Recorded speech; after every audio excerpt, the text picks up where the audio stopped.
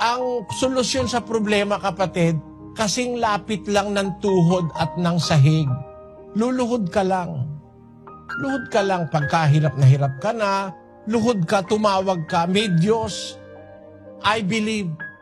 Kung yung iba hindi naniniwala, but I believe that someone in the great somewhere hears every word. Even in the darkest night, even in the worst situation, merong makikinig sa panalangin ng isang tao kung naniniwala ka sa Diyos.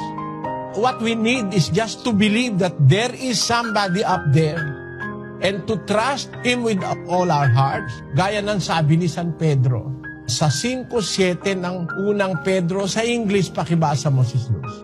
Casting all your care upon Him, for He careth for you. Ilagak nyo sa Kanya ang lahat ng inyong kabalisahan.